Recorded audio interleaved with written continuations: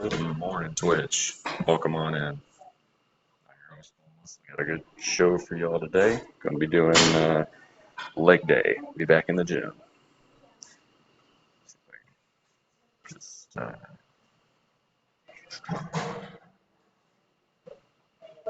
everyone ping on the Discord server real quick.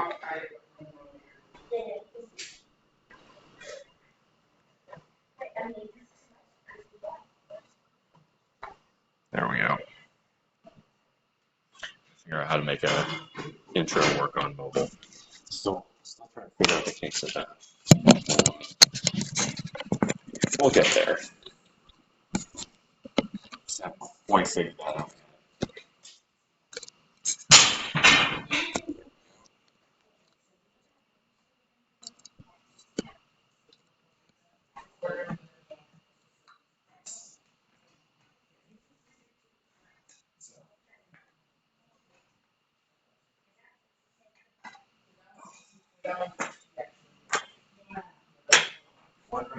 What do we get today?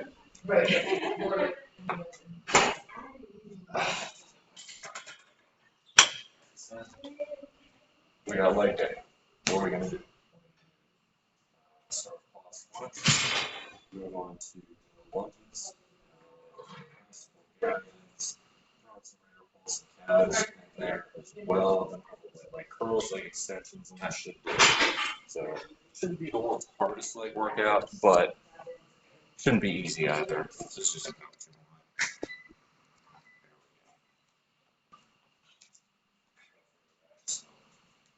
plus squats is to get down the whole at or below parallel, which I can do with y'all. So do that. Down there, take a deep breath, explode upwards.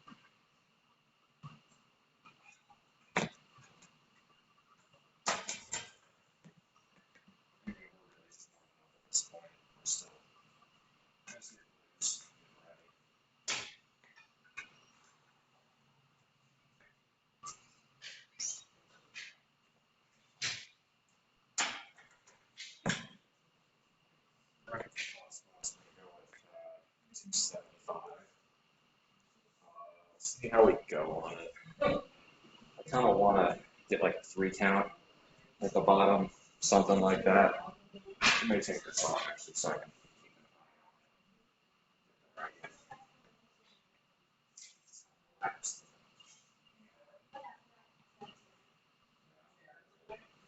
Not really anywhere.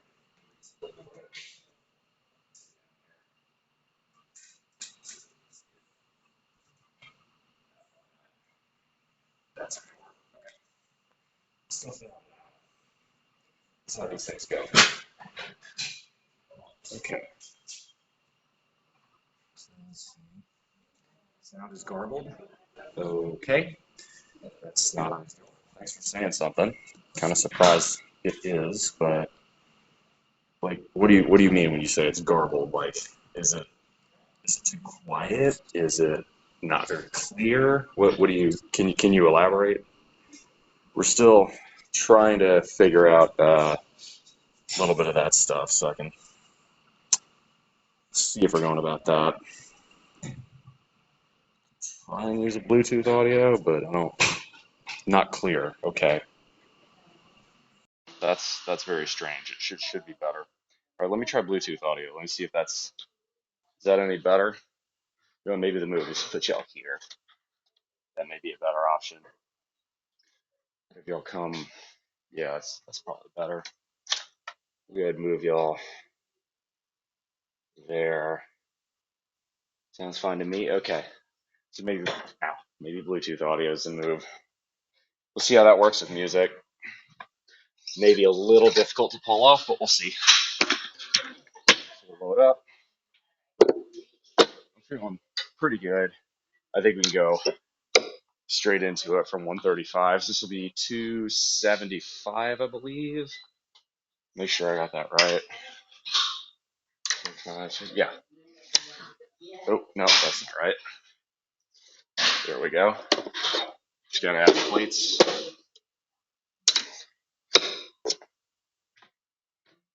This will be 275. Again, we're gonna be just doing pause squats. So I'm gonna be down, 1, 2, 3, and then up.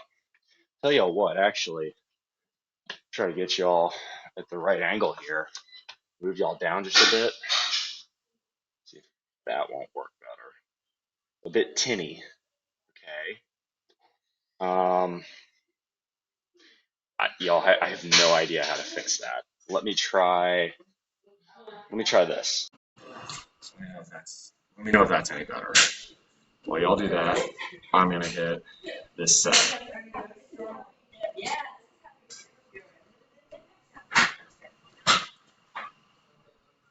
There are some limitations as to what I can do right now. I'm thinking about getting me one of those little Bluetooth chip mics.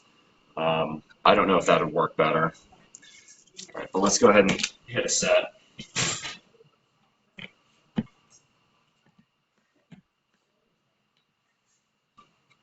Let's try for at least 6 reps here and go for a 3 count at the bottom.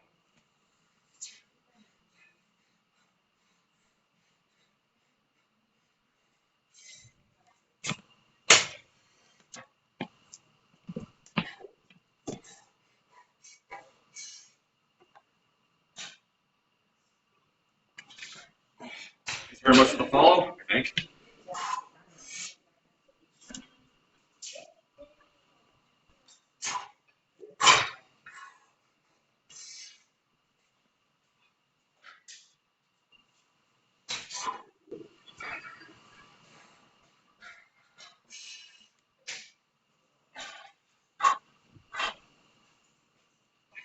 Come on.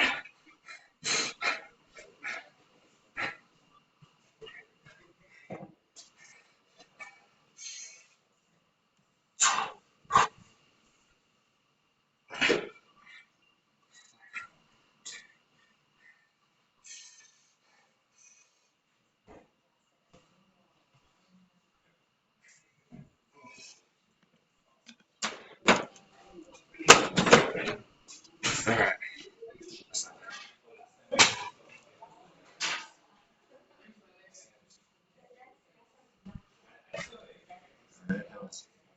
How's that going on there? Hey, thank you very much for the reset, Mikey. Appreciate that. So you know.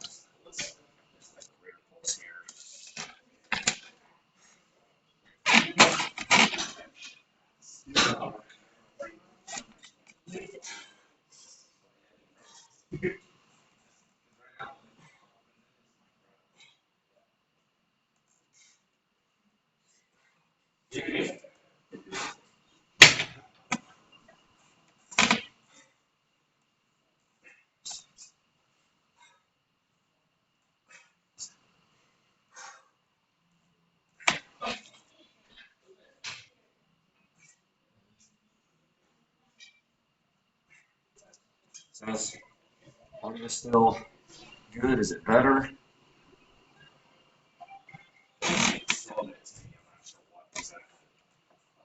There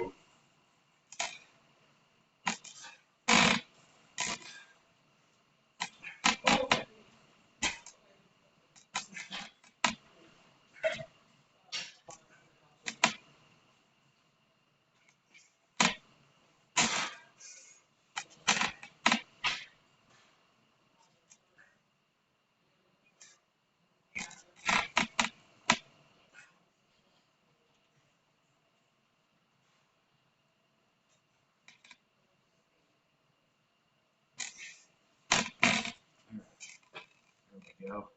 Good to see you, John. Gosh, good to see you all. So, first thing I want to tell y'all can see, we got a first class deal. It's our legacy. A local brand here in Hawai'i.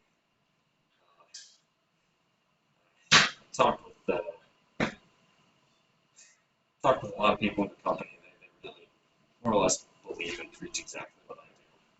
They want to see people be the best they absolutely can be. Substitute nothing but nothing for the hardest work. So I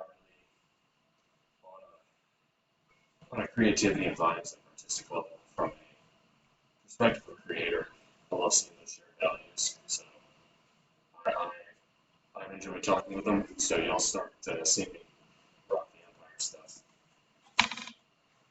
Hey, thanks for adding the command for Mikey. Appreciate it. So yeah, that's like that exclamation mark Empire. You can see their shop.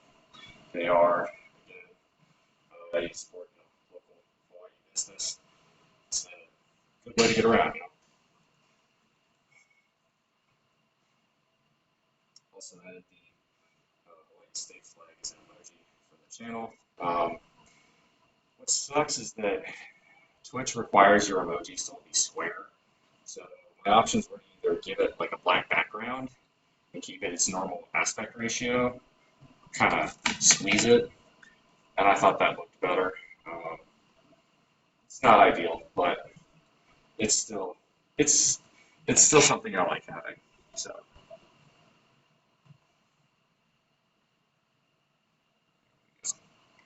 okay. So that was a front angle. I think this time when we give you all side angle. So again, the goal actually here, what I'm going to ask y'all to do is check me for depth. So I should be hitting just about here. You should get lower actually.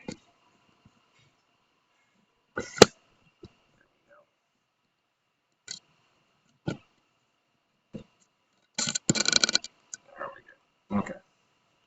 So goal here is just real simple. It's going to be parallel. So boss squats again.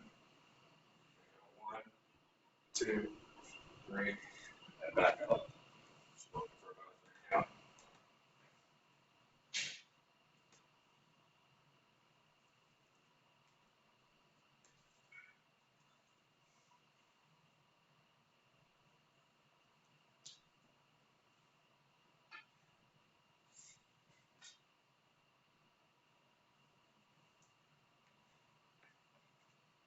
So let's see how this goes. I think this should be a pretty good angle to judge depth. Definitely keep an eye on my back. Make sure it's not rounding at all. It's only 275, so should be able to keep things more or less completely in line just with my abs and with my legs.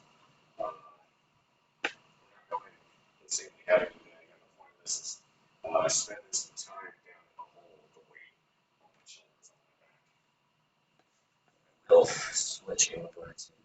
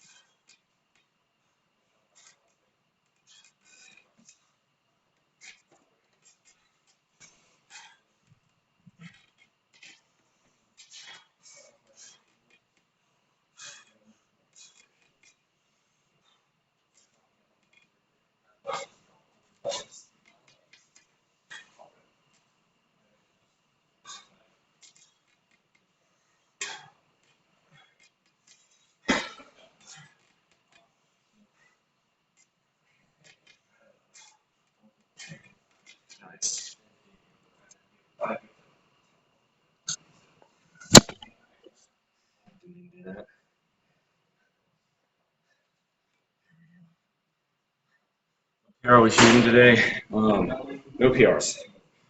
We're not going for a PR. This is more just a good general balance of strength and hypertrophy workout. I don't remember the last time I actually did class squats. It's kind of on me. What are you gonna do? About 7 reps. So this time, I think we're gonna move to a high bar. Really trying to keep that back a little bit more vertical. Really just go absolutely shit on these quads. Yeah. Take these 25-pound plates that are really elevated, and lay them on the floor. We're going to basically make a platform out of them, the same way that one would do with lifting shoes. Now, for those of you who don't know,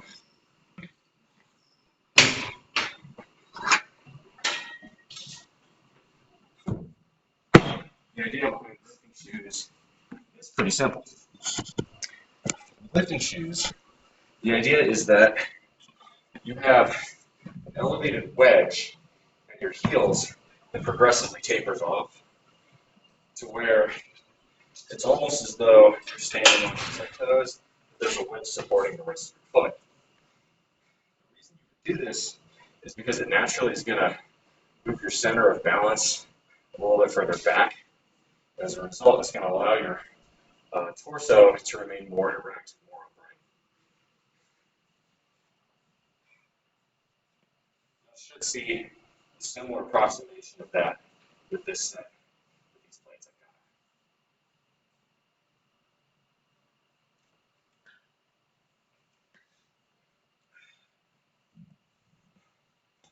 The challenge here is you have to kind of locate them right. It's not always the easiest thing to do. It's kind of a feel thing. You got to figure out where exactly you want them before you take the ball. Yeah, that feels about right. Come off, back up. Yeah, it's just fairly close.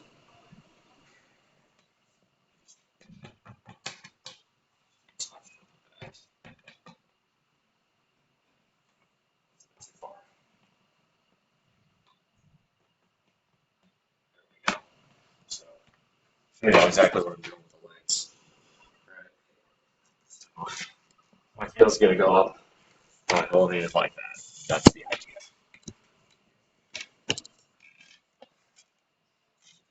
Here, you should be able to see pretty well. Okay. Now here.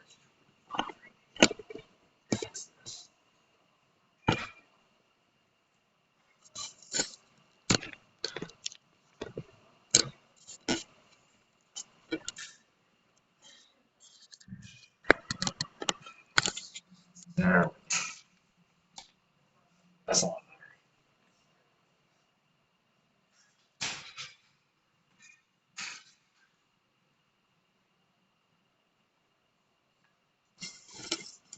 Freaking beat this and butt out.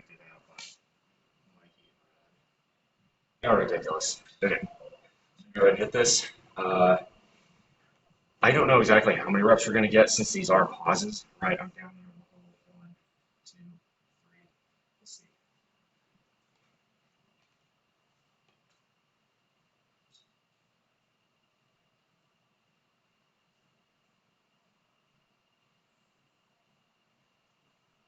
Typically, I'm a little bit weaker on that squat than I am on bar squat, so I would not suspect that I get more here, but you never know.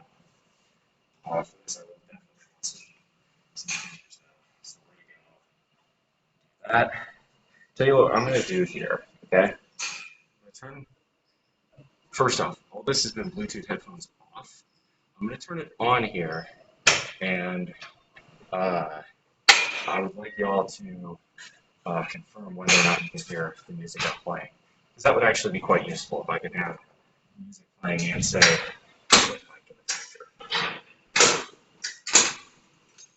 if there is music playing, please let me know ASAP, just so that way, you know, when I go to save this. We can cut the clip.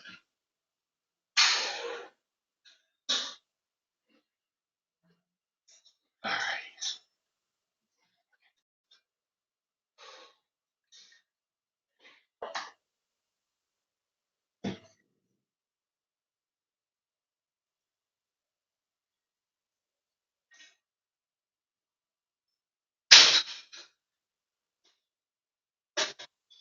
Oh, yeah, it definitely sounds off. I think that's because it's being split and sent to you guys. Did y'all hear any of that? No music? Hmm. Okay then. That's interesting. Is the audio quality any different? That's If the audio quality is better, I'll stick with it this way, but we'll see on that front.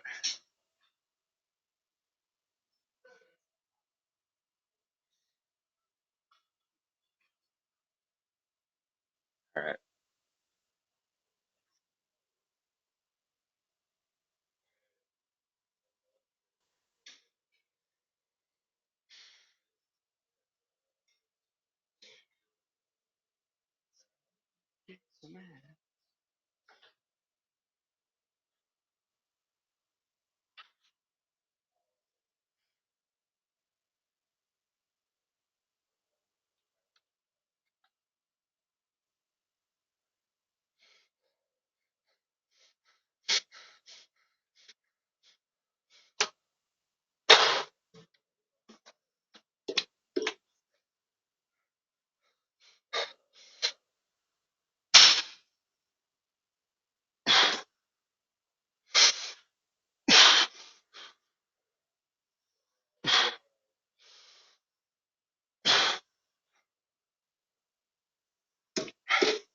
Come on.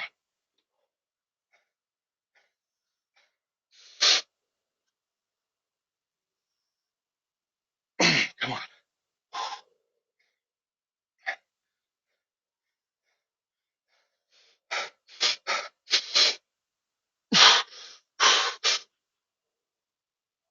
Ah, that's all I got.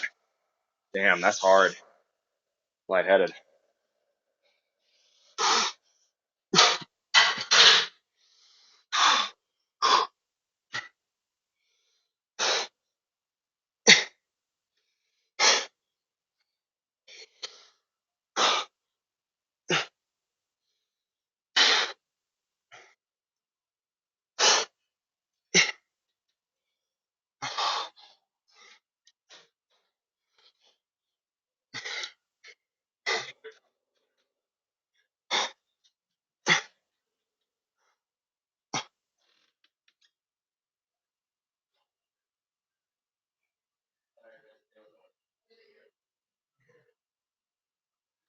Hear you a lot better.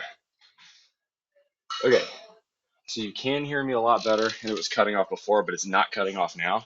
Is what you're telling me? Is that correct?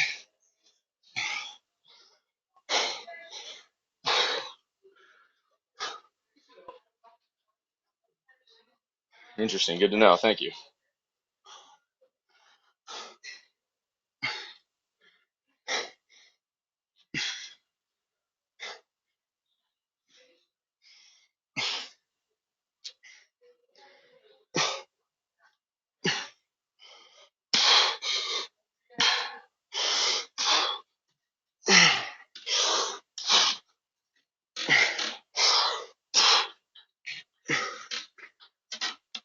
All right, so the audio is better with the earphones in. See, I didn't know that. We're still experimenting. Um, the audio coming through my headphones is worse. I think what I'll have to do in the future is I'm going to grab some just beater or junker phone, Craigslist or whatever, have it run separately to my headphones, pair that to my headphones, and pair a clip mic to this phone. So that way y'all get audio and I can play music seamlessly. I think that's a I think that's the best way to do it.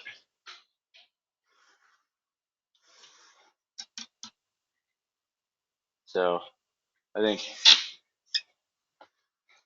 think that's going to be the future plan.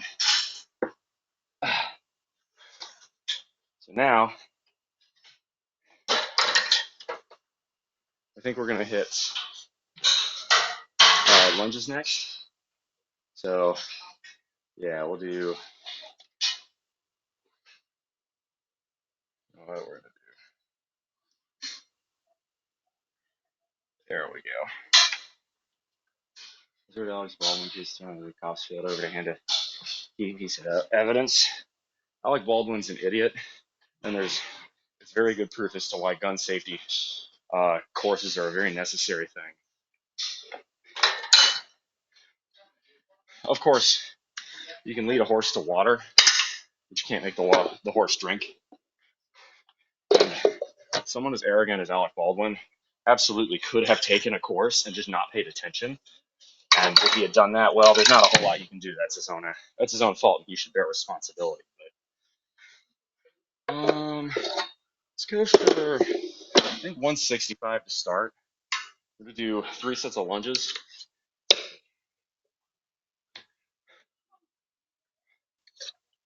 So yeah, I think 165 should do it.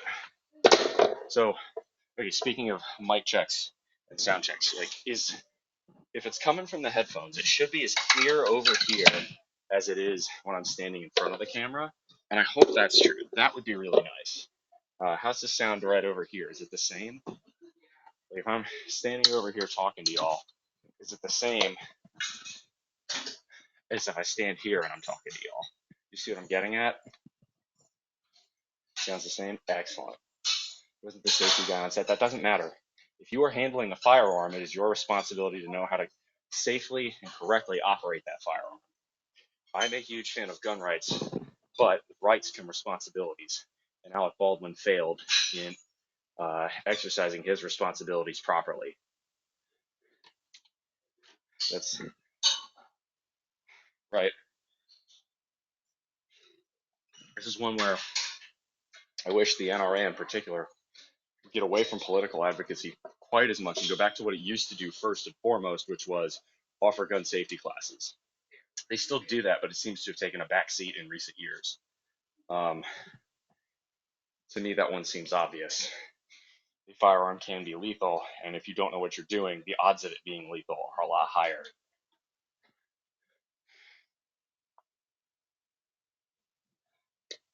All right, we'll do lunges here. We're gonna do, I think we'll do 2 reverse lunges today and 1 front lunge. I've always felt like reverse lunges are a little bit better. I don't really know why I like them more, but I do. I'm gonna even this out. I feel like I'm at a funky angle. I feel like I've overcorrected now. There we go. Nice. So lunges is real simple. This is 65, so it shouldn't be too hard.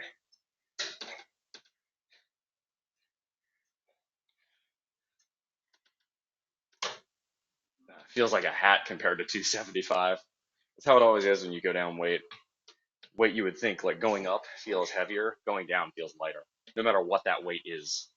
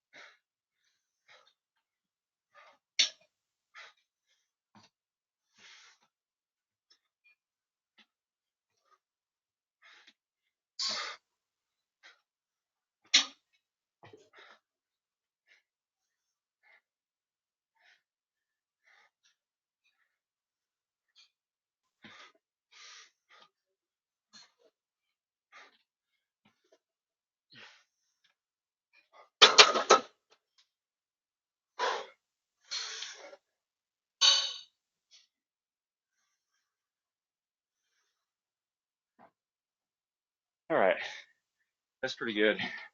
There's a set of 12. I like how that felt, so I think we'll stick with 165. Check for ammo. Be there. No, see, that's Mikey. Have you ever taken firearms training? Doesn't matter. You always check for ammo. You always check for one in the chamber. Always check to see if the safety's on. That's You have to do that.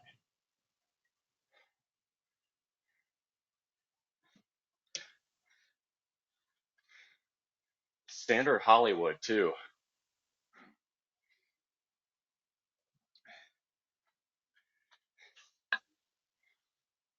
Hollywood disrespects gun rights. They also disrespect the responsibilities associated with gun rights, and that's why you get slippages like this. I'll tell you this much, okay? Hate guys like Clint Eastwood and John Wayne all you want, because it never happened in one of their movies.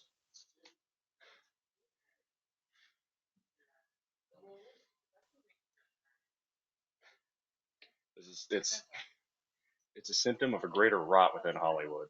That's what it is.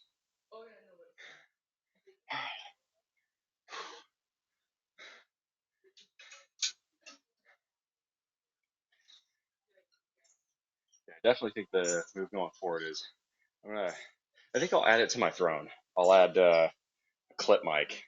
I had a really good clip mic that magnet clip mic that Plus Ultra Eddie uses. He showed me it. I may throw that on my throne. I may just straight out go out and buy it. I'm not sure. Um, and then yeah, I'll probably get honestly an old like iPod Touch would work. Just something where I can get music going, and it's not necessarily associated with like it's not even it's literally just a device to play music for me. I like playing my music off of YouTube because I can pick exactly what I want and exactly what version of what song I want. For instance, one of the songs I'm actually a pretty big fan of while lifting to is Pressure by Billy Joel. And in particular, there's a version he played in Long Island in the 80s where the tempo's paced up a little bit more, and it's really good. You can't find it on Spotify. Same thing with Toys in the Attic by Aerosmith. There's a live version in 1977 that you can't find on Spotify. Odds and ends like that, and being able to pick the exact example is nicer. Motorhead by Motorhead. They played a version. There's only a handful of songs where it's live, but it's just slightly better. And that's one of them. Like Motorhead played Motorhead at Hammersmith 1981. That version, even better than the already excellent studio. Rhodes Wireless. Yeah, I know Rode is a good microphone. I mean, that's the one I started using on my desktop streams, and it seems like that's a lot better. But unfortunately, it seems like it's a lot better than the Blue Yeti. But I don't think there's really a way I could pair that with my phone. That's the unfortunate part. I don't think bringing a laptop down here is practical, so I have to kind of work within those parameters. All right, let's go.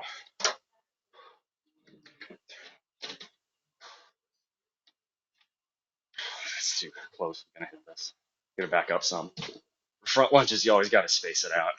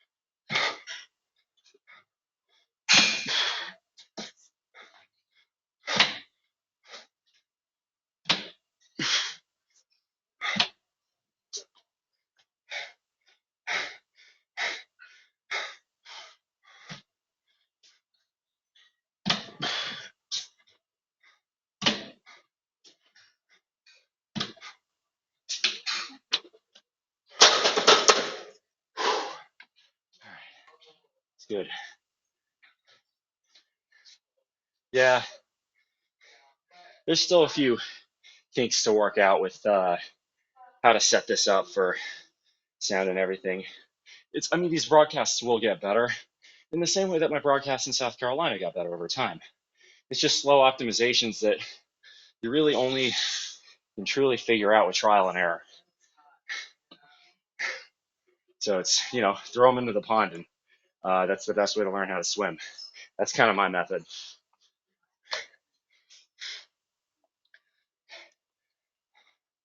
All right. So yeah, one more set here. We're gonna move over to the leg press machine. Tell you what, actually, I'm gonna go ahead and start stacking plates on it because we're gonna need to.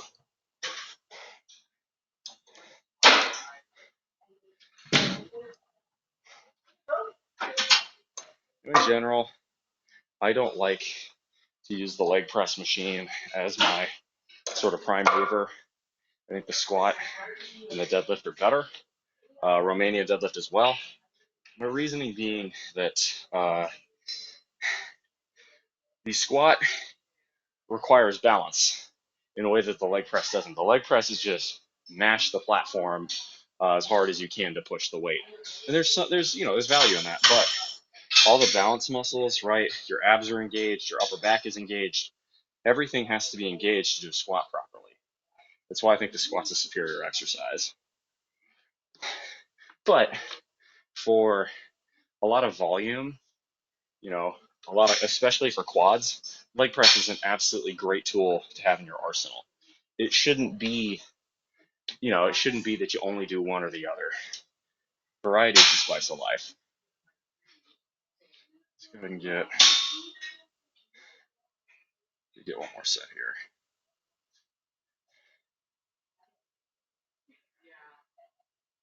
Speaking of pressure, I think I'm going to play Under Pressure by Queen. I haven't played that song.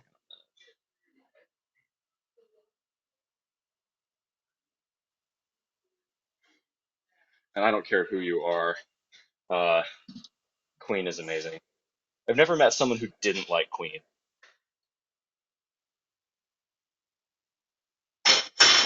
And like the fact they got David Bowie to do this song with them makes it even better. It's the only good song off of Hot Space. Hot Space is like the one Queen album that kind of sucks, but except for this song.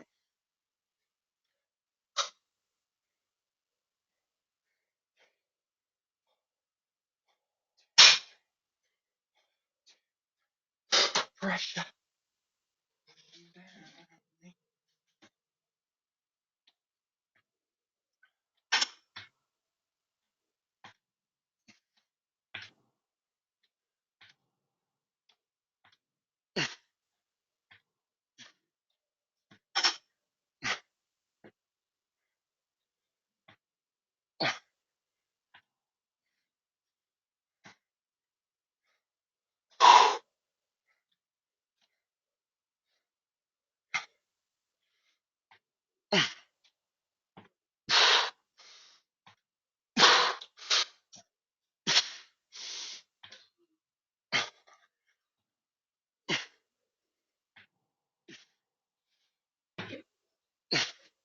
Two more, come on.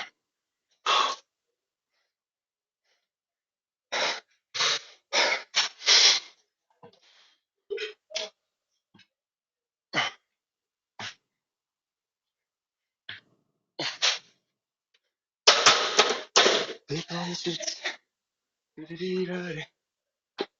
People on the streets.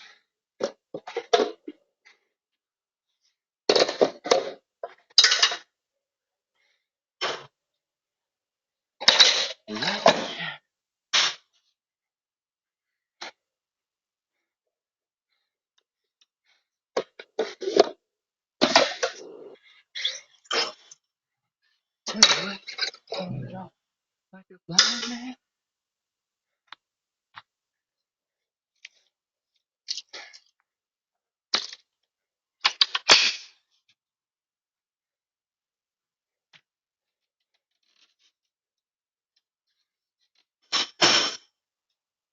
Come on. Still getting used to making the tripod behave the way I want it to. So, need to move y'all. Hit forward. So just load this up.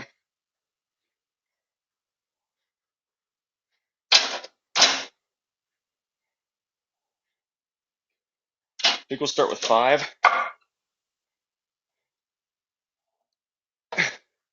Go from there.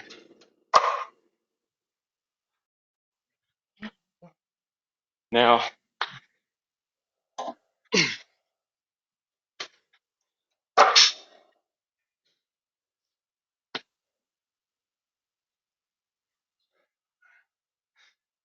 one thing I really like to do with leg press is, there we go, a more stable base now. Something was loose. One thing I like to do with leg press is I like to superset. So, okay, perfect. Okay. So when I leg press, I superset with calves. In other words, I'll do a set of leg press, throw the guards back on just in case I fail, and then hit calves at the end. And with leg press, I recommend taking different stances. On some sets do a narrow, on some sets do sort of middle, and on some sets go wide. Depth is the key here. You don't want to go, don't ego lift. Like don't just move the weight 3 inches back and forth. Go all the way down and all the way up, even if it means you do less. JJ, good to see you. Welcome on in. Let's do this. Oh, this is on the wrong setting. There we go. All right, let's start wide.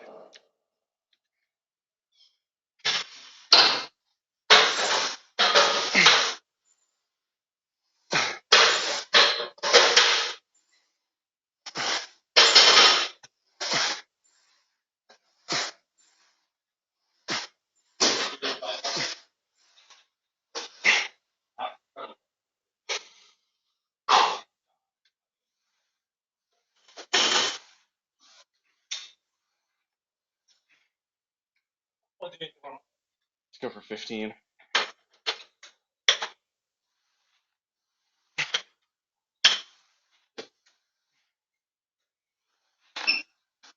Good start.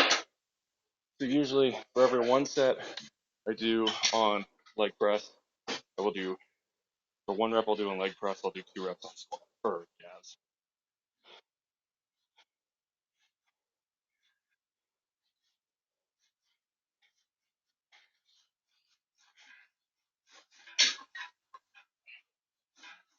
Yeah, so it's 15 reps leg press, 30 reps calves. Real simple. That's 450 pounds. I'm not particularly a fan of counting weight on machines, like the existing machine weight, because machine exercises, due to their lack of extra dimensions, needing needing that element of balance, in general, are a lot easier than barbell exercises. For instance, everyone, I've never met someone who could squat more than they could leg press. So, yeah, the carriage probably weighs something like 100 pounds, but you're not going straight up, right? You're going at a 45-degree angle. If you're going at a 45-degree angle, it doesn't matter as much, right? If you really wanted to get technical, you could add the carriage weight, add the weight you've got on there, take a protractor, multiply by the sine of the angle between the weights and the ground, do a little trigonometry. But that's unnecessarily complicated. There's no point in doing that. You're better off just saying it's this many plates on leg press. Common vernacular that everyone can understand. If you really wanted to, right, you could do, this is probably about 40 degrees, I'm guessing. So the sine of 40, this is proof that I'm both a nerd and an engineer. The sine of 30 is 0.5. The sine of 45 is 0.707. So So if we're looking for the sine of 40, it's probably going to be something like 0.66. In other words, for every 3 pounds on a leg press is worth 2 pounds on a squat. So if you were to take the weight on leg press, this is 450, and then multiply it by 0.66, you get roughly 300. But even that then, having done a squat on 300 pounds and leg press at 450, I could leg press 450 for far more reps than I could squat 300. So even that's not really a great parallel. It's just one requires balance and one requires, right, I'm just sitting here. The other weights, with the squat, you have to use every muscle in your body basically below your neck. With a leg press, it's really just your legs, and that's it. So there's pros and cons. Again, I'm not discounting the leg press, but don't ever substitute squat weight for leg press weight is basically what I'm saying. I would say if you really had to, maybe treat it as though it's 50%. So, this would be about equivalent to squatting 225.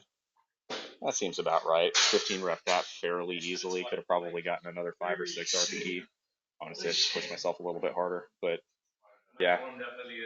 So, by the way, I'd love to know this one as well. How many people are in chat, and then how many, let's see, activity feed. How many people are in chat, and then how the background noise is. Right? Because this is a gym where everybody's in. It's not just me. So I'd like to know. So I'm going to try giving you this angle. See how this is. Go from here. I believe with the Bluetooth. Oh wow, only 6 people. I'm surprised. Usually it's a little bit more popular than that. Phone background noise is okay. Okay, cool. All right, it's another set.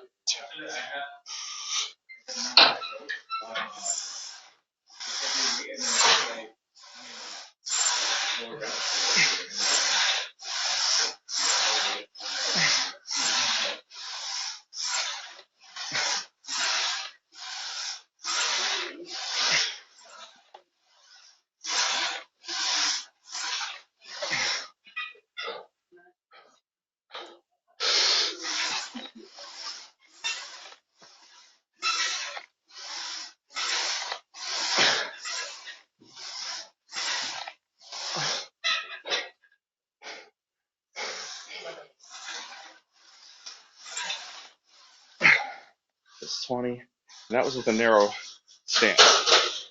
Now, leg press, I find a narrow stance is easier than a wide stance, unlike squat. I can explain why that is. Let me get calves on.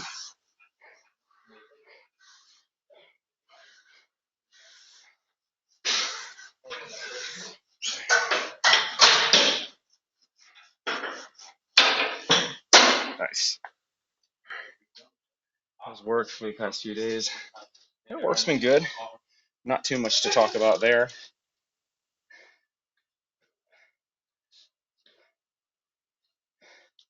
Let's go. That felt pretty easy. Let's go. That wasn't 15. We did 20 there.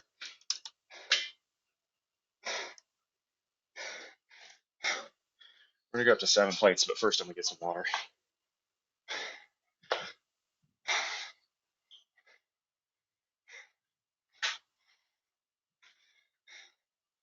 How do you find the weather in Hawaii? Dude, the weather here might be the single best part. It's 80 degrees. Always. Like the weather here is 80 degrees plus or minus 5. You might see, maybe for a couple hours a day, 87 or 88. You might see, maybe for a couple hours a day, 73 or 72. Maybe. If you go up Malka side, you might see a little bit in the 60s. Now, other islands are different. Okay, so the Big Island, obviously, you go higher up elevation. If you go up the big mountain in Maui, obviously, that level of elevation, yes, it will get cooler. But Oahu is not, I don't want to say Oahu isn't mountainous, because it is. It's still not like any other. But relative to, say, Maui or Hawaii Island, it's a lot flatter. So I would say I like it. By the way, so as far as angles for leg press is concerned, do y'all prefer the front angle where y'all see me pushing the weight, or do you prefer the angle where you see my legs pushing the weight? Like, do y'all prefer this angle, or do y'all prefer this angle? You see what I'm getting at? So y'all figure that out. I'm gonna load some more plates on there. The front angle.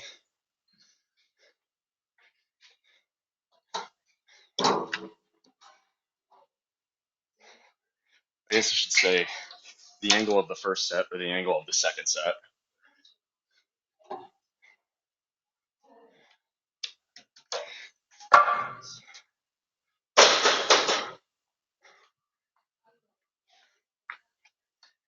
Grab a few more weights. I think 7 plates will be the heaviest we go to today. Again, we're not looking to go absolute balls to the wall peak effort, but 7 plates should be pretty good. Should be able to at least 10 rep this, hopefully 12 rep it. So you're talking this angle, or you're talking the other angle? So in this angle, you can't really see my face, but you can see the weight. On the other one, okay. That's kind of what I thought, but I wanted to run that by y'all. It seems like the right thing to do. Oh.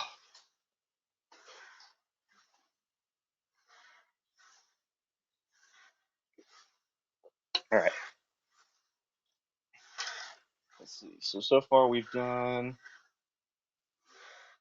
3 sets of lunges, 3 sets of pause squats, 3 sets of rear pulls, 2 sets of calves, and 2 sets of leg press. And we've been going for 54 minutes. God almighty, am I going slow this morning? Let's see. 3, 6, 9, 13. Yeah, we need to speed it up. It's okay. So you're talking about this angle, right? Okay, I have to just a bit further out. I'm paranoid of the weights coming down on the rails and knocking over the tripod. That would not be ideal. Let's go.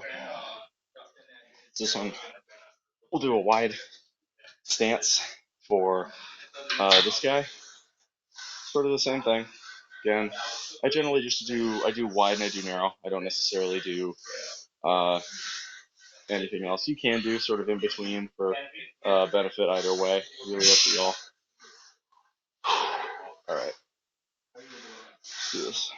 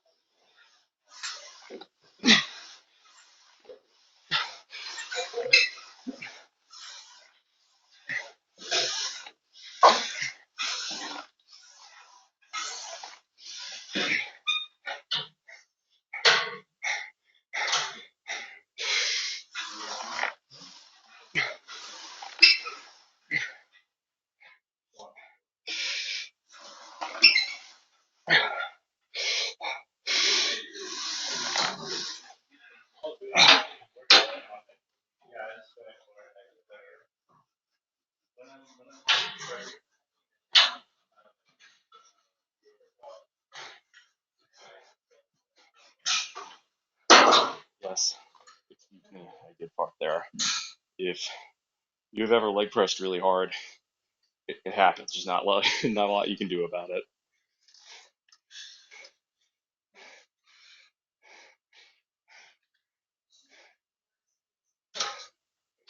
Sorry about that.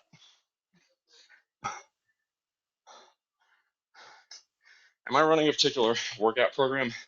No. In general, I synthesize my own workouts based on what I want to hit that day, strength, hypertrophy, or a blend. So today's mostly a blend leaning towards hypertrophy, right? We did our prime mover workout of pause squats. I felt like they were pretty deep, by the way. I'll have to go back and watch the film.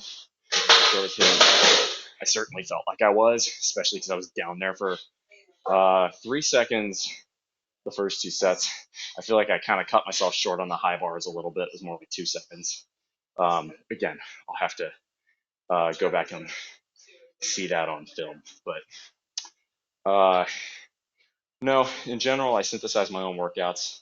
And I like doing that because it gives me a certain level of flexibility where, I don't have to do exercises in any given order.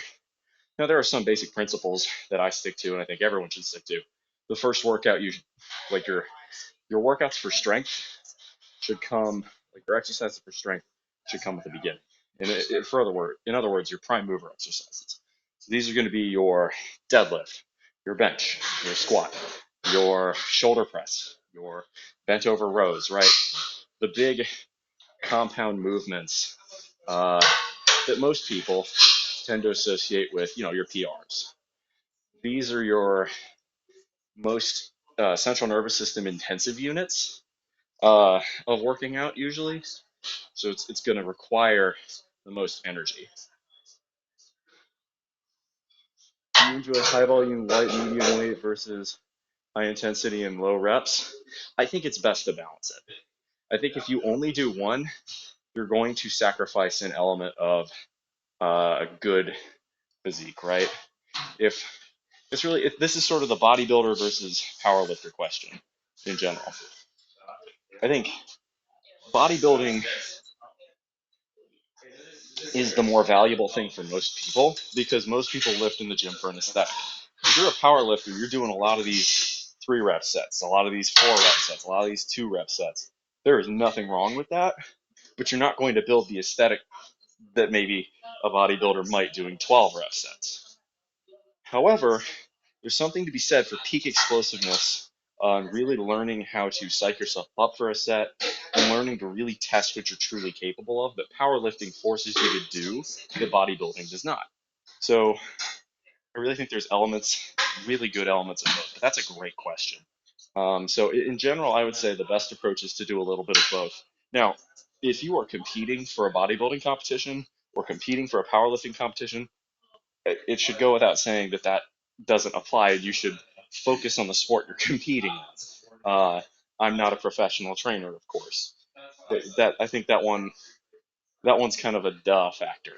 It shouldn't take me telling you that to figure it out. What's your specific goal in terms of fitness? Let me hit a set. That's a great question, and I'll get back to that because that's a really good question. I like that. But I do feel like there's merit in both. Is my question. That's my answer to your previous question. You're throwing me some great questions today, Night Master. I appreciate that. All right.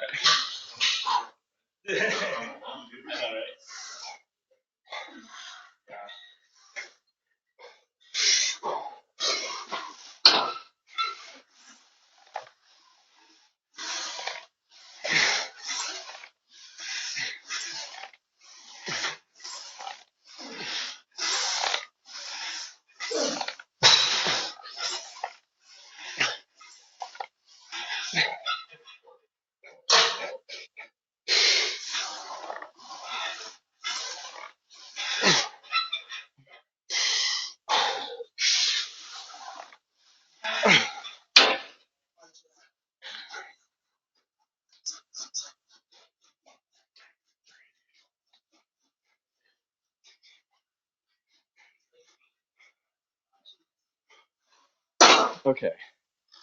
That was good. So that was another set. Oh shit, man! I took it out.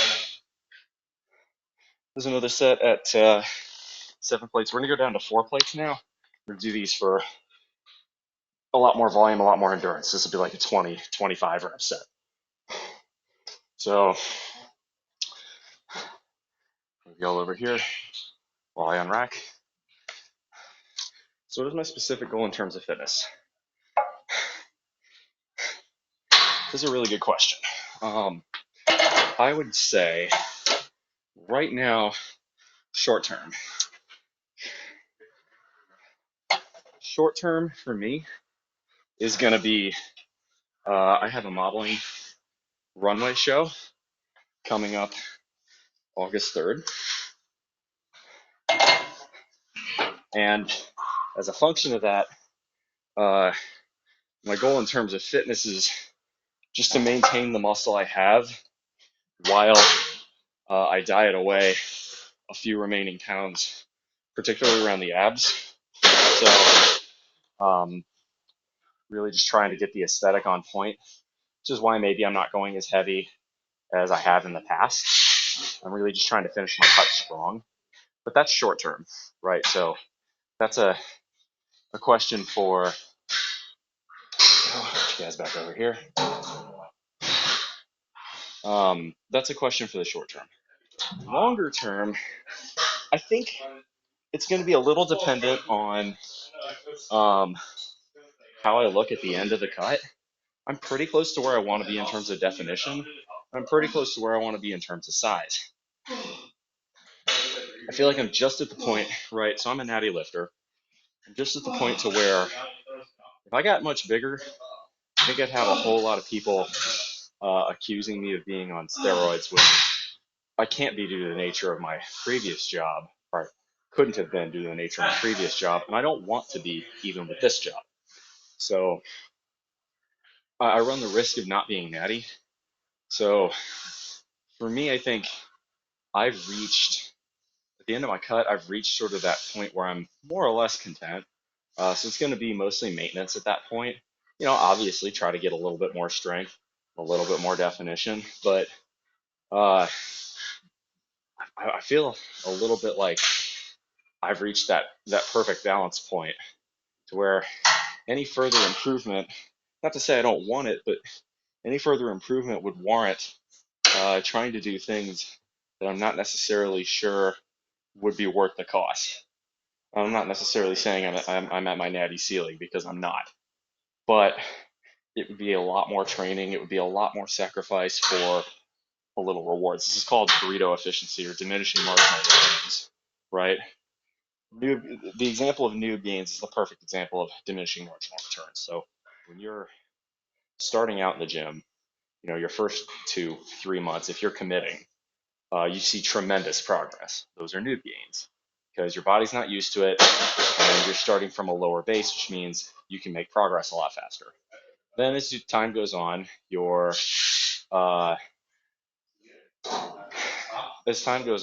know, your progress, you still make it, but it's slower and slower and slower. I've been lifting for 16 years, so any progress I make at this point, it's very slow. Even bulking, you know, I did see my smash all my PRs the last time I bulked, but I'm not necessarily sure I want to go through that again, because this cut's been, especially the last few weeks, not a lot of fun. It's eating 2,500 calories a day sucks. It's not enough, and I don't feel like I have the energy I'd normally like to. And I feel it like on days where I refeed, or even days where I fuck up and I just happen to eat 3,400 calories, which is probably about where my TDEE is. I feel better. So, you know, I think I'm at the point where I'm not sure how much more there is to be gained and at what cost I'd have to pay it. I'd love to talk more. That's probably a really great discussion to have on Discord, or a discussion to have in the future where my brain is, you know, got more blood flowing to it. Philosophy of weightlifting. Ooh, yes. Okay. 100% we'll talk about that. That's a great question. But first, let's do another set. All right.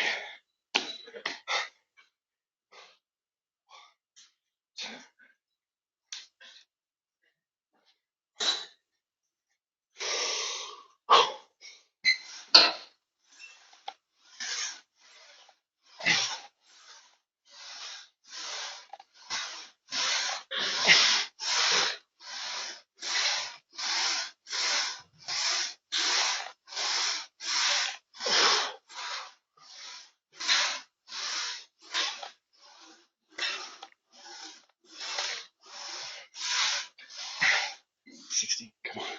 Let's do another more.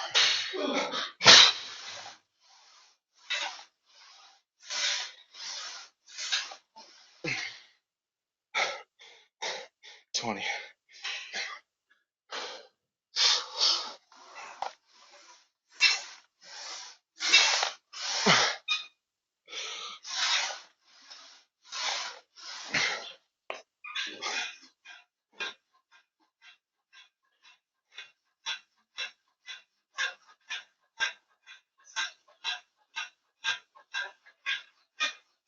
4.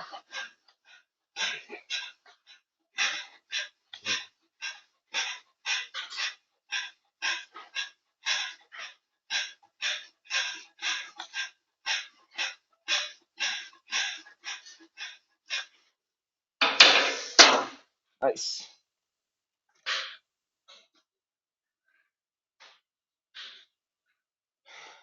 All right, we got one more set on leg press, and then we're moving. What is one philosophy that you've taken away from weightlifting? Or conversely, which philosophy have you applied to your fitness activities? This is a great question. A long time ago, I actually made a political compass talking about something like that. Let's say the 3 philosophies I would use, I would want to talk about here. First is Stoicism, right? You shouldn't worry about that what you can't control, right? So focus on what you can control. Luckily, you can't control your genetics. You can't control, you can't really control how you were born, or for the most part, how you were raised, but you can control your actions. And when you control your decisions, your actions will follow. It's the thing I say at the end of every broadcast. So Stoicism helps you focus in on that. And I use, in general, Stoicism as a good way to improve life in general. But fitness, it applies quite well, right? I can control what I do in the gym. So I come in focused and ready to hit the weights. Another one's utilitarianism, right? So be practical. Take what you can get out of advice, right? Be hunting for new advice because you may find it provides additional utility. But this is what I was talking about, diminishing marginal returns. There's a point at which you could spend 3 hours, hunting and reading and reviewing and trying to figure out what is optimal, but you may find that you're wasting your time doing that when you should really just get in the gym and move the iron. So there's a balance, and finding that balance is something I think utilitarianism as a philosophy does really well. Third one is the warrior mindset. This one's very simple. My father served in the United States Air Force for almost 30 years. He served in wars. He was a warrior in that sense, and he treated himself as such. He went through hardship, he went through suffering, and he came out a stronger man because of it. In the same way, you can apply that lens to lifting, right? Somewhere along your line of ancestry is most likely someone who was a warrior, be it in the ancient times, in the Middle Ages, recent years, or in the modern era, right? It doesn't matter. At some point, there is someone in your genetic bloodline that was a warrior, at almost all likelihood.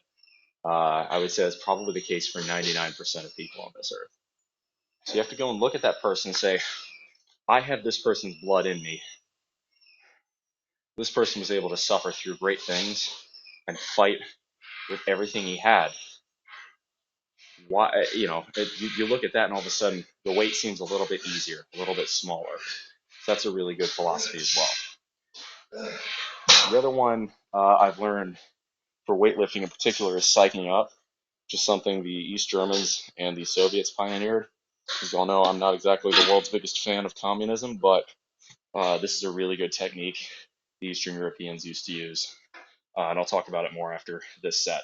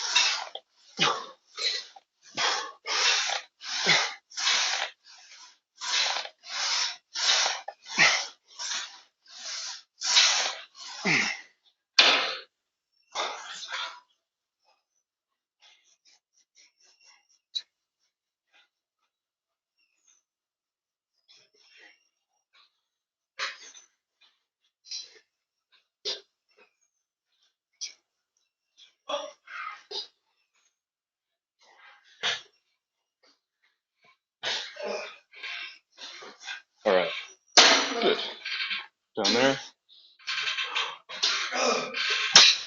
All right, so we've done, let's see, 6, 12, 15, 18, 21 sets. We've got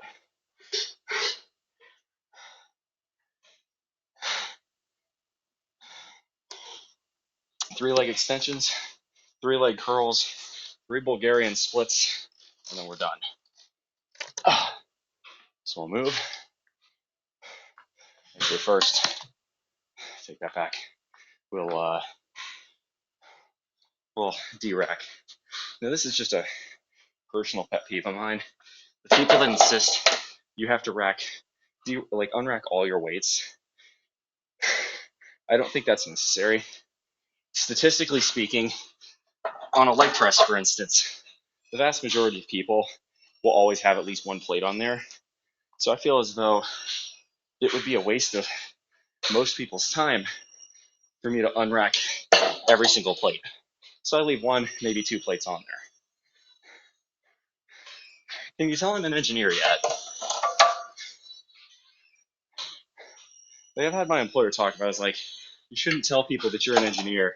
Be as vague as possible. It's like, bro, people are going to figure out I'm an engineer whether or not I tell them. It's part of my brand. It's who I am.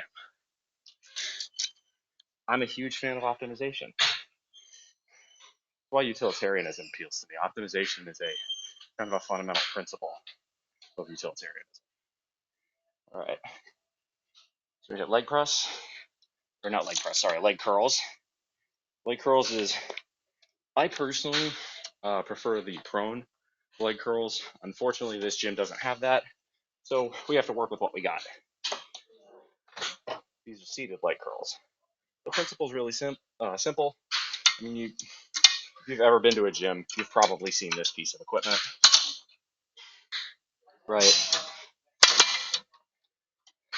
You put your legs in, you select a weight, let's try 190. You put the bar or the pad down, you're locked in, and you curl.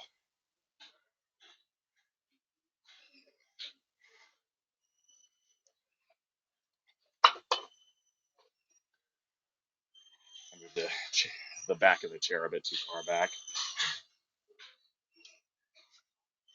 My butt's sliding off. It's not ideal.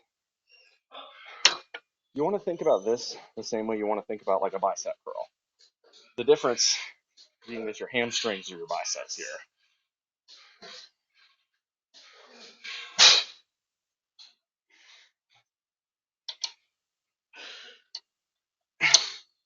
This is another exercise where hypertrophy and really holding that squeeze is ideal, because nobody is going to sit here and say, bro, what's your max on leg curl? That would be silly. So the number on the stack matters a lot less here than the form with which you move the stack. That was 190, and I did 12 reps there. I probably could have done quite a bit more, but I think instead of going for higher weight here, the weight felt about right. By rep 10, it's definitely getting a lot more difficult to move it with the same level of form, as opposed to going down weight, doing fewer reps. You know, if I have a little bit more gas, I go for 13, 14, or 15 reps here. Leg curl, I don't see the value in doing leg extension or leg curl for any fewer than 10 reps. I think 12 to 15 is a lot closer to the ideal. You can also do drop sets. So I'll probably do that actually, maybe as a burnout. That'll be my 3rd set. So that's what I'll do. I think 3rd set, I'll do just like the 2nd set, but I'll drop it from like 190 down to 85 or something and just absolutely torch it. Much in the same way that if you're doing preacher curls or biceps curls, you hit your set, drop the weight, put on much lighter weight, and continue to rep out.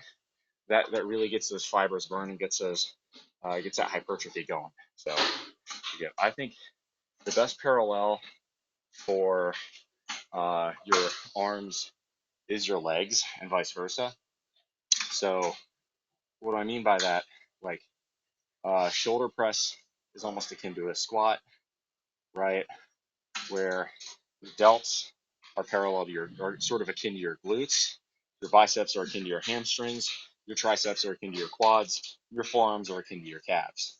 Uh, in the same way, the natural pair for your back, like your lat muscles, would be your chest. And then for abs, I mean, you do have your erectors, but for the most part, this is partially why back pain is such an issue for humans. There is really no great parallel for your abs. You should certainly work your erectors, your lower back, with things like good mornings. And usually on a squat day, I'll throw some good mornings in, or even on a deadlift day or Romanian deadlift. Those are all really good things for your erectors. But you see what I'm getting at. Maybe I'll throw in some Romanians. See if I've got the smash after abs. If I've got the smash after abs, maybe we'll throw in one burnout set of Romanians. Not at heavyweight, like 225. We'll just go as far as we can. Yeah, the cam is vertical. I could make it horizontal. Would y'all prefer that? I haven't had anybody request that. Should it be horizontal? It's this is mobile streaming, so we're still working out the kinks. If you have thoughts on that, I'm more than willing to listen. Okay.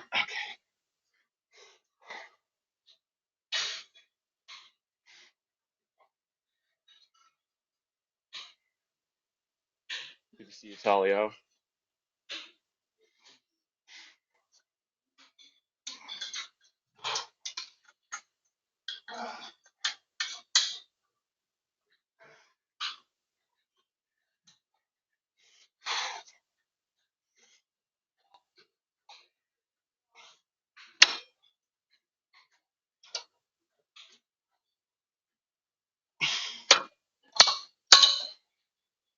Ooh, that's burning. Yeah, those last few sets are good. All right, I think we're gonna do a drop set here. I like the idea of doing that.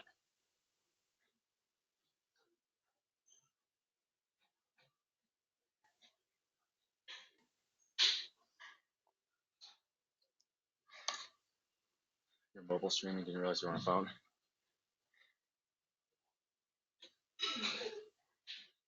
I don't feel like this is any better. I mean, if y'all want it horizontal, it makes no difference to me. Y'all tell me. Let me know what you think.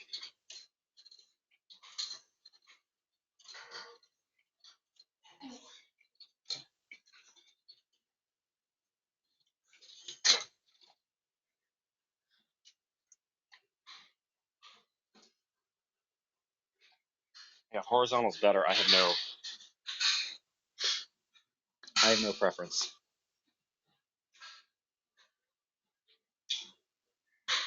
It makes no difference to me. If y'all think this is a better way to do it, just say so. Maybe it is. I guess if you were watching this on a desktop, width is probably a better way to do it. I probably should have done that on squat earlier because that would have given y'all the view of the weights. What are you gonna do?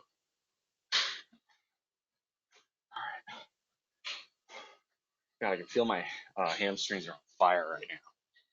So do one more set of this. We'll move to leg extensions. We got Bulgarians. We'll do some abs. If I've got the energy, we'll do Romanian deadlifts. I'm not quite sure yet. We've been going for almost an hour and a half. But it's leg day. Leg day always takes more time, especially because we're still getting used to setting up.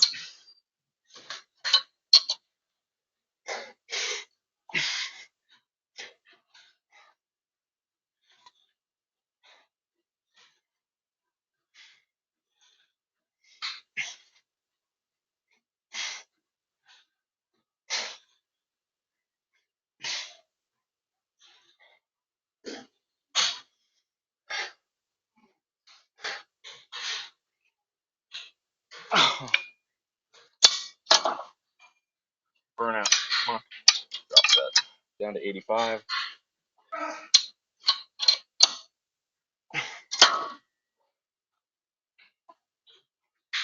Yeah, that was touch too easy. Let's go 95.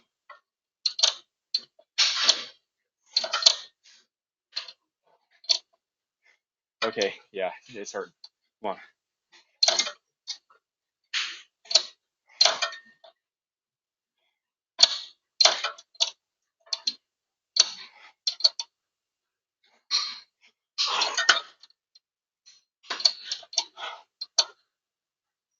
Oh, oh man. Wow. Oh yeah, that's killing my hamstrings. That's great.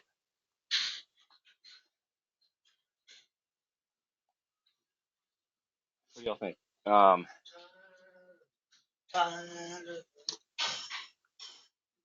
Better? Worse? Should I go back to vertical? That's not no better, no black bars. Got it. Sick, lost 8 pounds in a week. Someone just took the leg acceptance. That's fine. We'll do Bulgarians if there's an open dumbbell space. There is. Roll with that. Yeah, we'll do Bulgarians.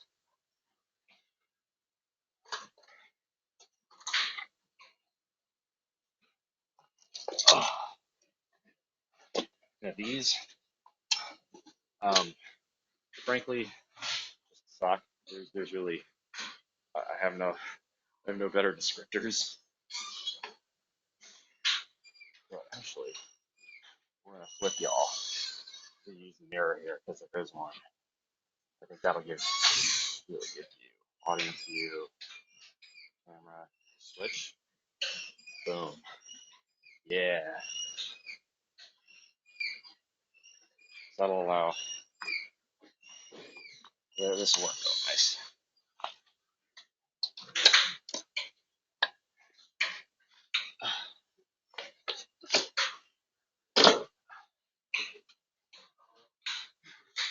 So with Bulgarians, the real goal and focus is the eccentric.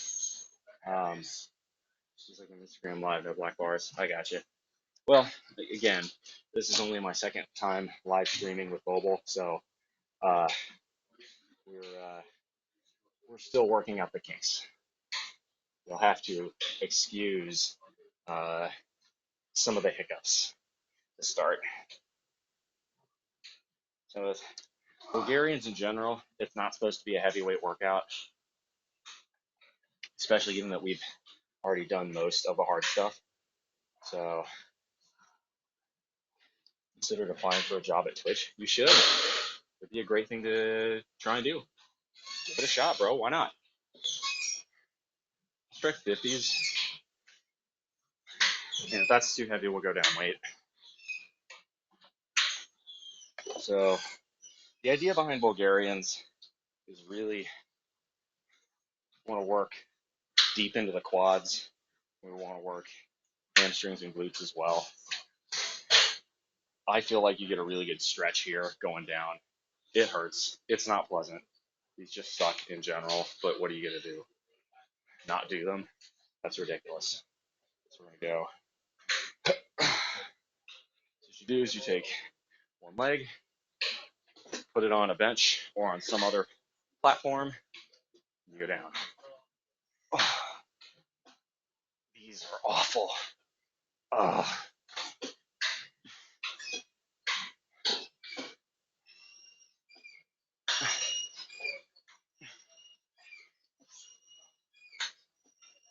Oh my God. Anyone who's telling you they like doing these is lying.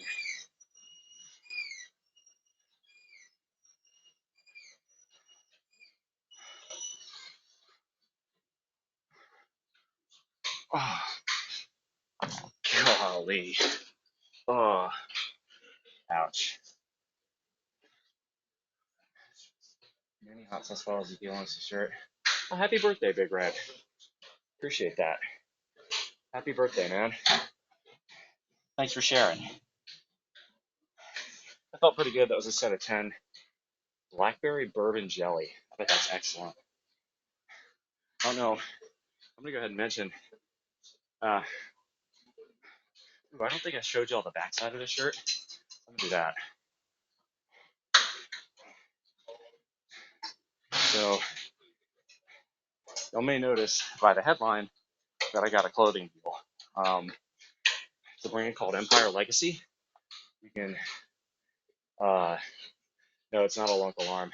It's just a machine that needs some grease. I don't care. Put me on whatever you want, Ian. But if you type in !Empire, they are a local brand here to Hawaii. I really like what they preach as their values. It's about being the best version of yourself that you can be and working hard to get to that point, which I think is in perfect lockstep with the values of this channel. So if you're curious at looking at their merch, check them out. That's you know, you don't really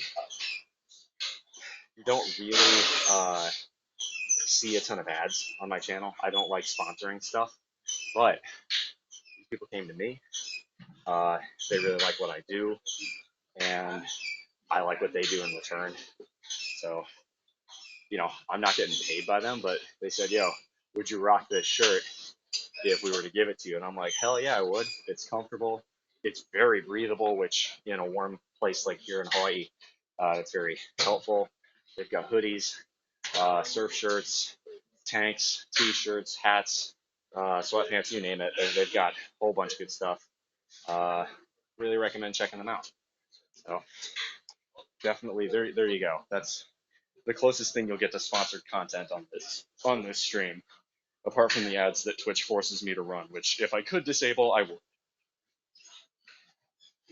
I have to run the minimum amount, just because if I don't, but Twitch is a business like any other, and if I'm not running ads for them, why on earth would they put me up in the algorithm at all?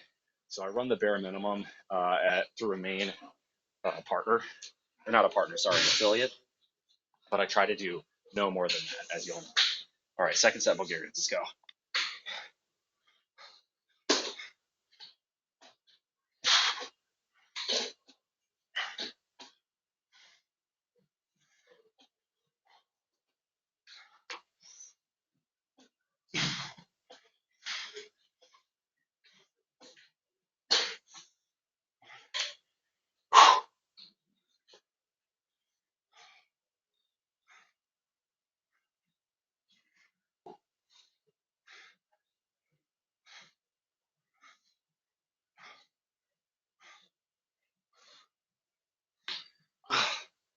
Oh my God.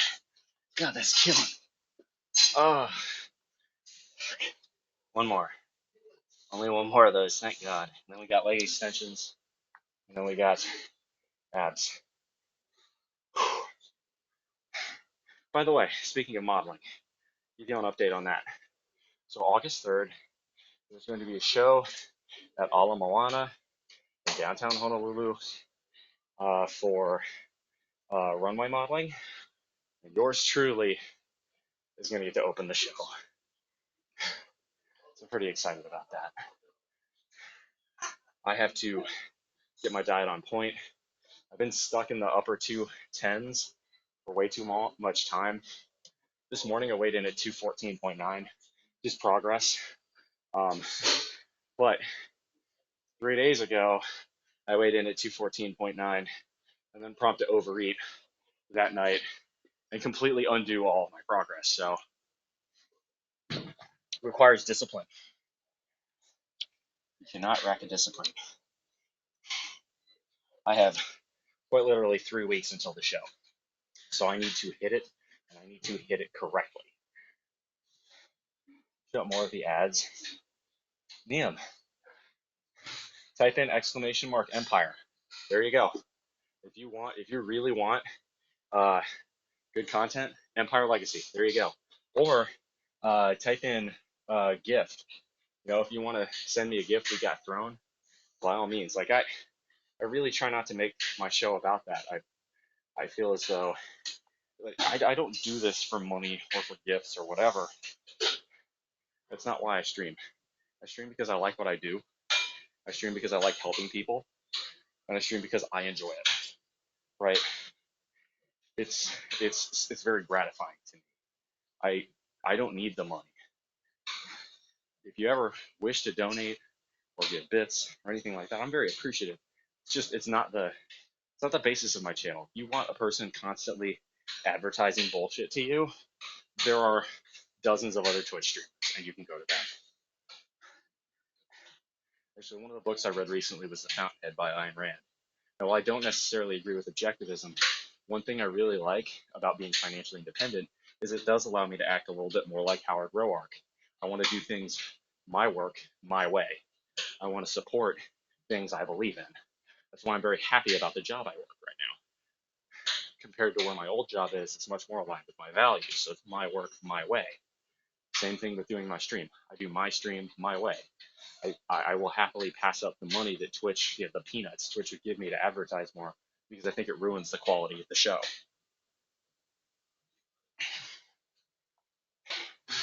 This is the thing with literature too. Okay, I need to do this. Breathe.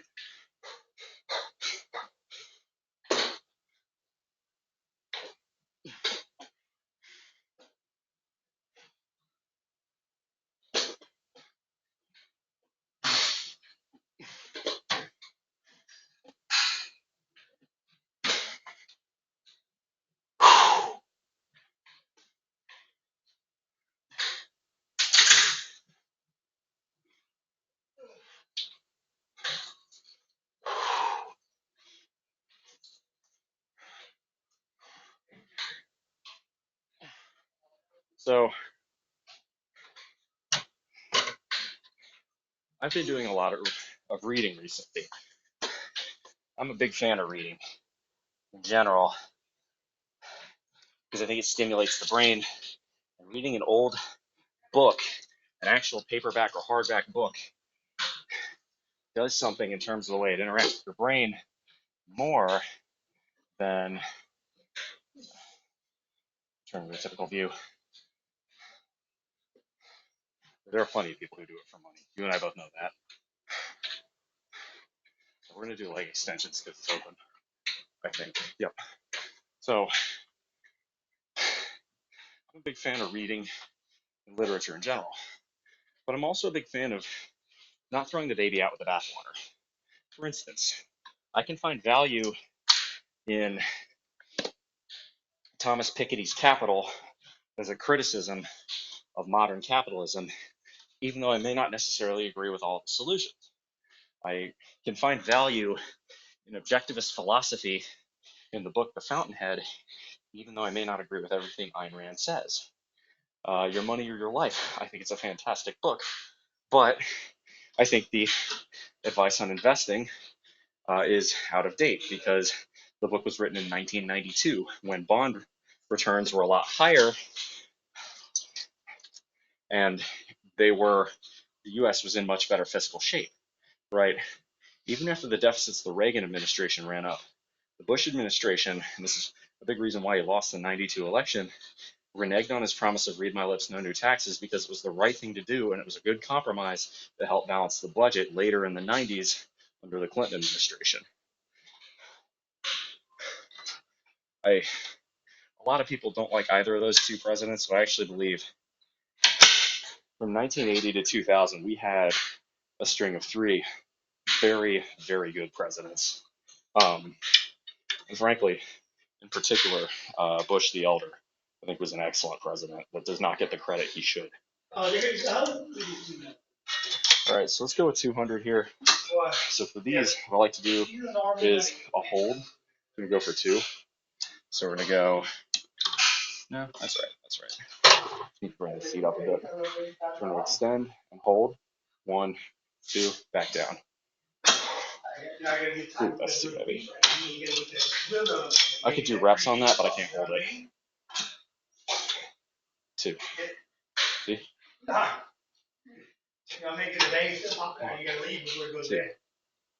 1, 2, 4.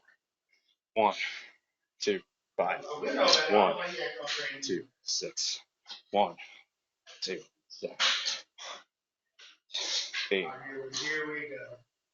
9. 10. 11. 12. That's good. Usually watching movies from me as a child. Usually I should think I shouldn't say Reagan. I thought Reagan was a good president, but in particular, he was a good president in his last 4 years. And Reagan, as we know now, already was showing signs of dementia by 1986, 87, 88. And underneath, behind the scenes, it was Bush the elder running things. Again, the idea that the world's second biggest military power and third biggest economic power completely collapsed without it turning into nuclear warfare is a credit to how the Reagan administration and the Bush administration in particular was able to handle that. Fall of the Soviet Union could have gone much, much worse. I mean, the fact that dozens of Eastern European countries earned their freedom and became democratic, independent states, not under the control of communist dictatorship, is nothing short of miraculous.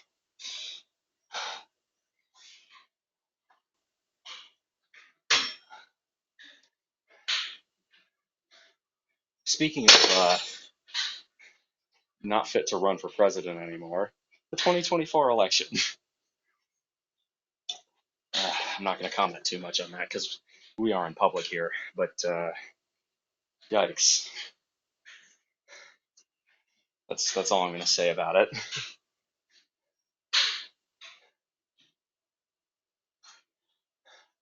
We're not finding.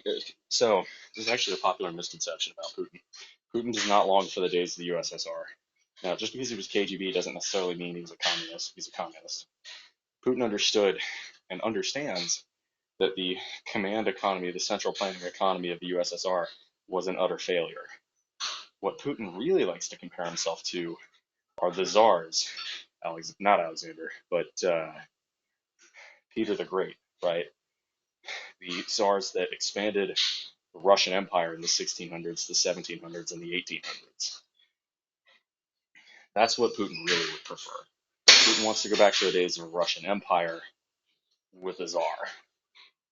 Don't kid yourself.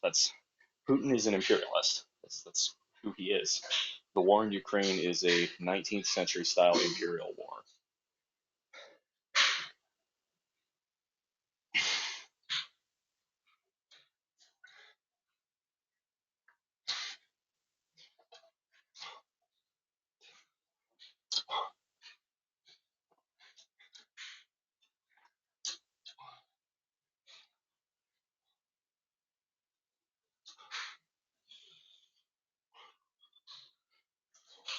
And here's a little bit more proof of that.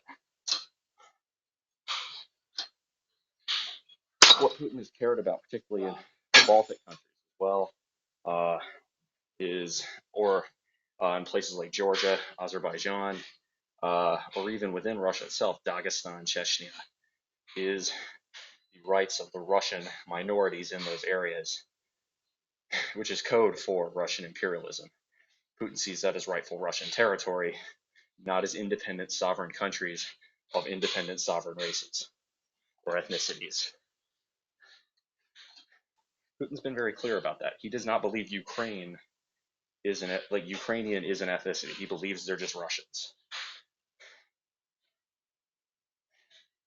Even though Ukrainians come from the Cossacks and a blend of a lot of other ethnicities. I think Ruthenians is one of them. Tatars, I believe. Ukraine is a really interesting blend of a lot of different cultures.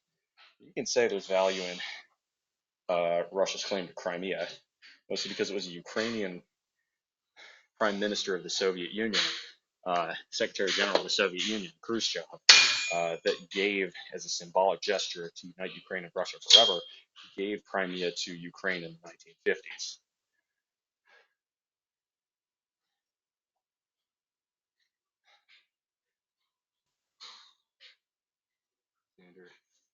I agree with that, Save. It doesn't make much of a difference. I think it does. As bad as Russian imperialism is, it's still better than the Soviet Union. Soviet-style communism is perhaps one of the most evil systems to have ever been invented by anyone. Short of Maoism, Juche, or whatever the hell Pol Pot ran in Cambodia, Soviet communism is just about on that tier. It I'm not going to say the one with the mustache guy because I think Twitch will, ban me for that. But that one is implied. Okay, let's go with that. That's implied. Not that's not a it's not a statement I feel like I need to make.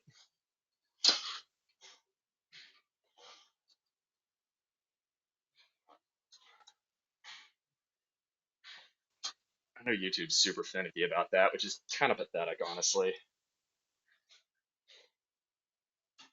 One thing I like is Alternate History Hub uses the YouTube logo instead of the funny haha mustache man logo.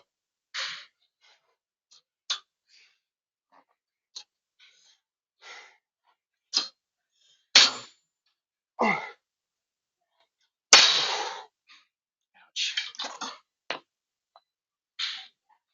Well, you think they got so much Chinese support? Yeah, Khmer. When I said Pol Pot, that's the Khmer. That is the Khmer Rouge.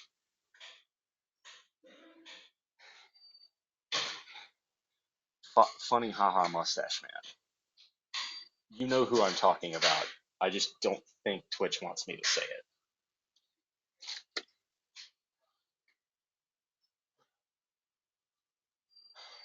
Hey, Maraja, it's good to see you. Normalize shit like Crimea and Georgia. It's true, but do we want to get in a nuclear war over it? The question is how, not what.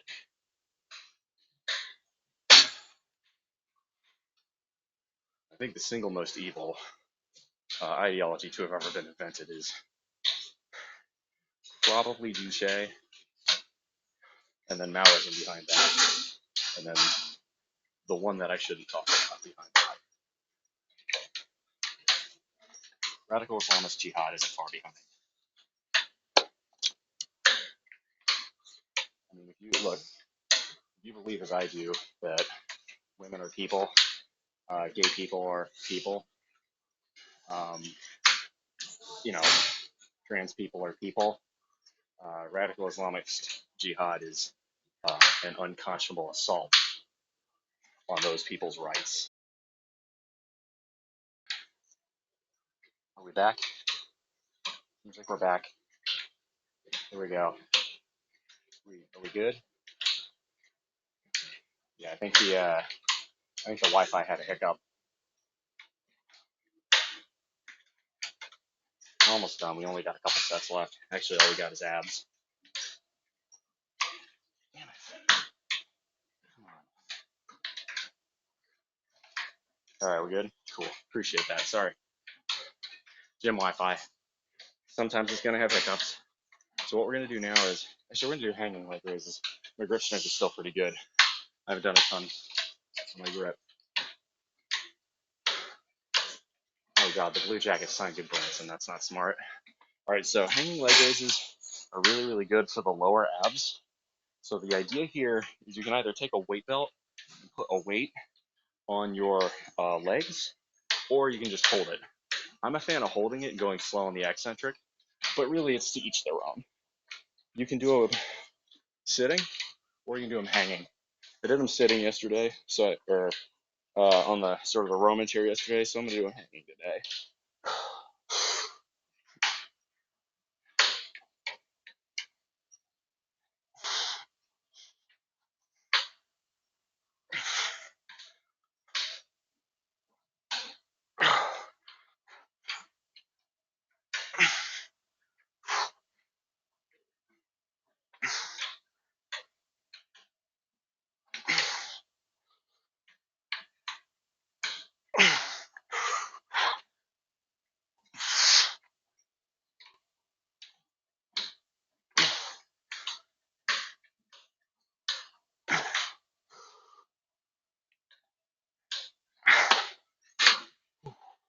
That's good.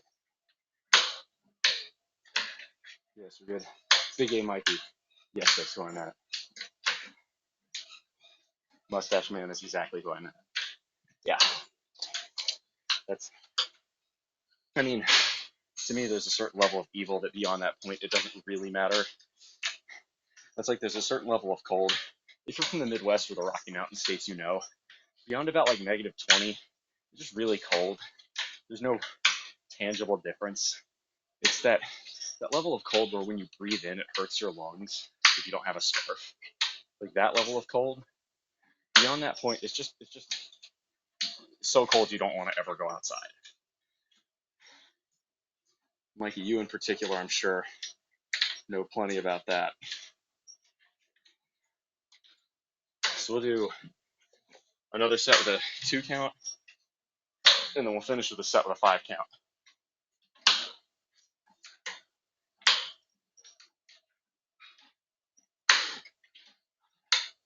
Yeah.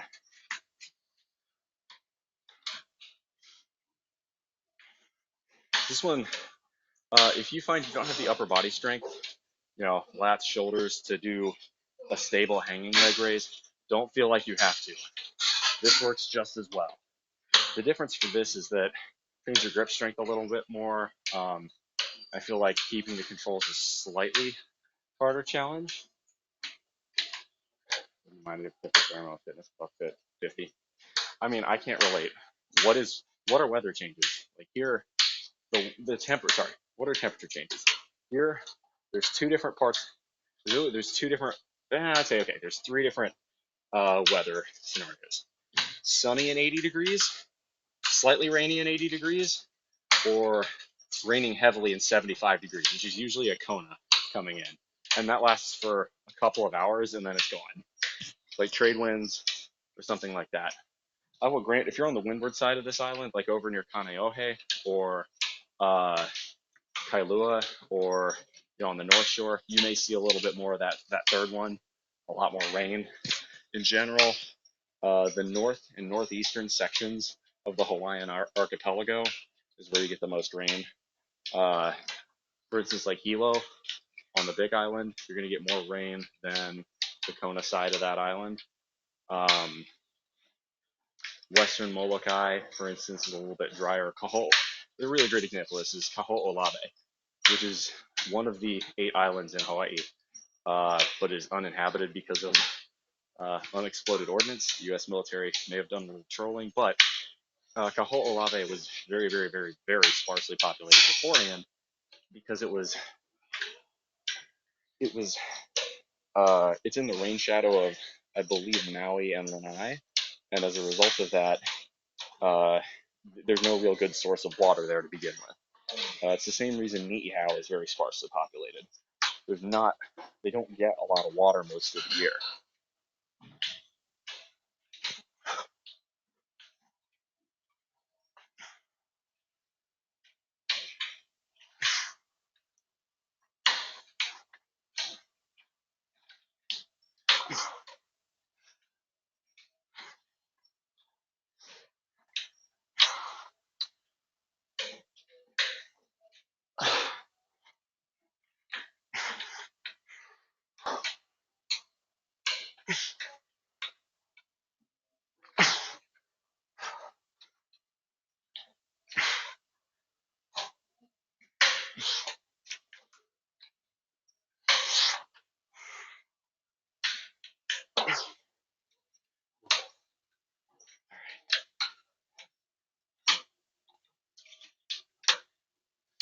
I mean, this sort of geography is partially why, within the state of Hawaii, I think 4 islands make up something like 95% of the population.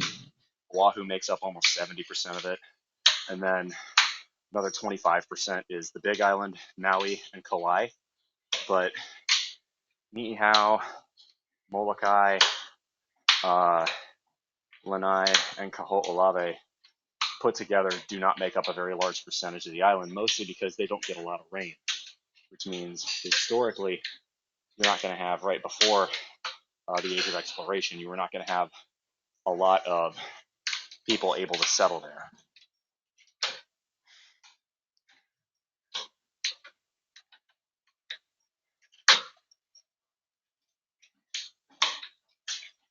Ooh, wow, an interview for another job makes 50K more? Good for you, bro. Love to hear it. Congrats.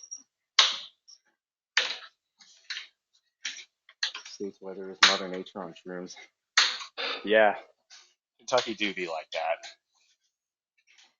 I hear the weather in Kentucky is more predictable the further east you go in the state, because the mountains kind of make things more temperate. You don't have to worry about tornadoes.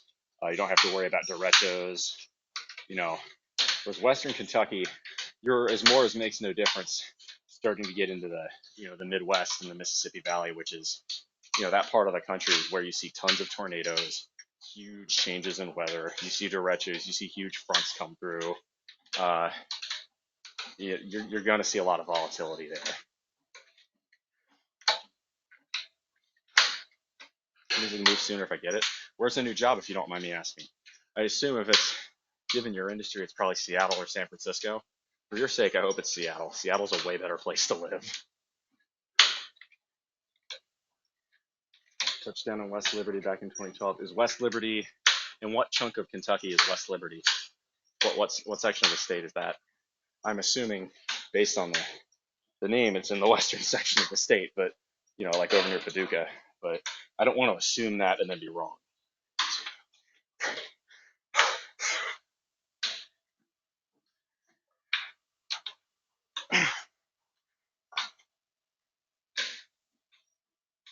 Two,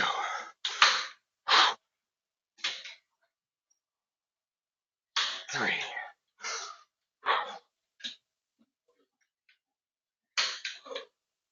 4, 3 more.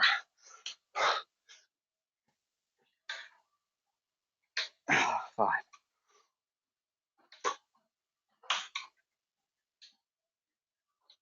6. 1 more.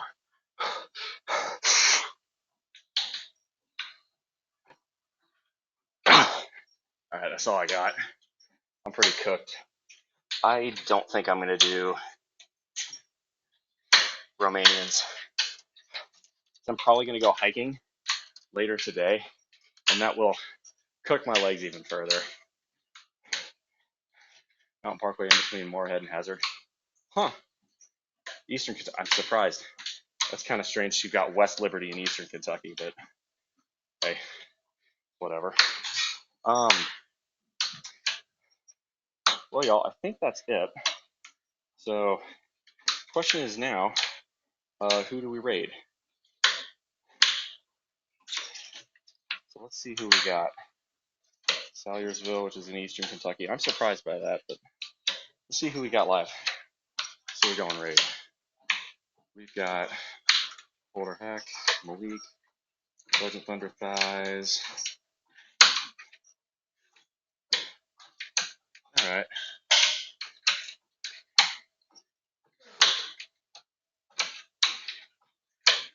Malik or Sergeant Thunder Thighs? Who do we want to go for? I'm thinking I might go Sergeant Thunder Thighs because he's streaming fitness. What do y'all think?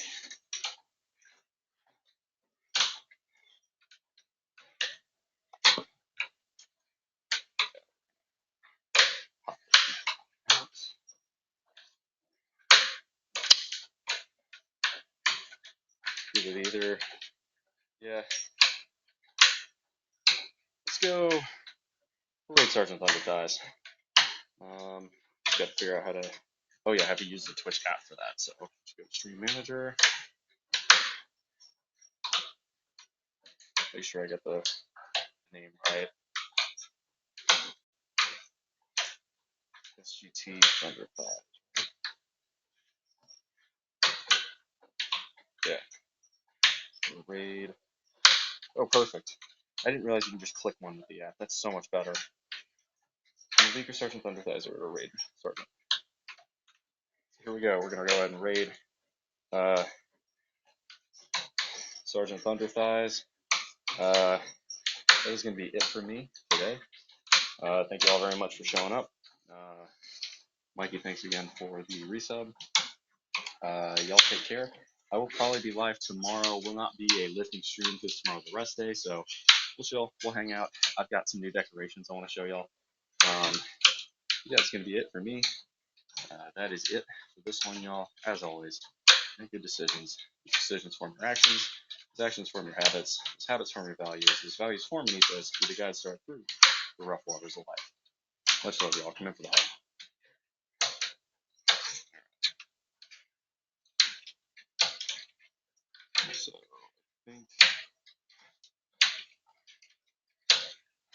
So I think it'll just automatically do it in 30 more seconds. So we'll just chill here.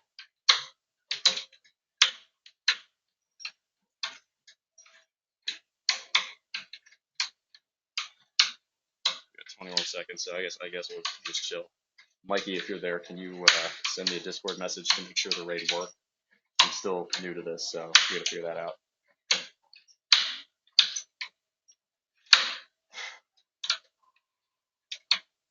Gotta figure out why the streaming. Oh, 3, 2, 1. Raid complete. All right, I think that'll do it.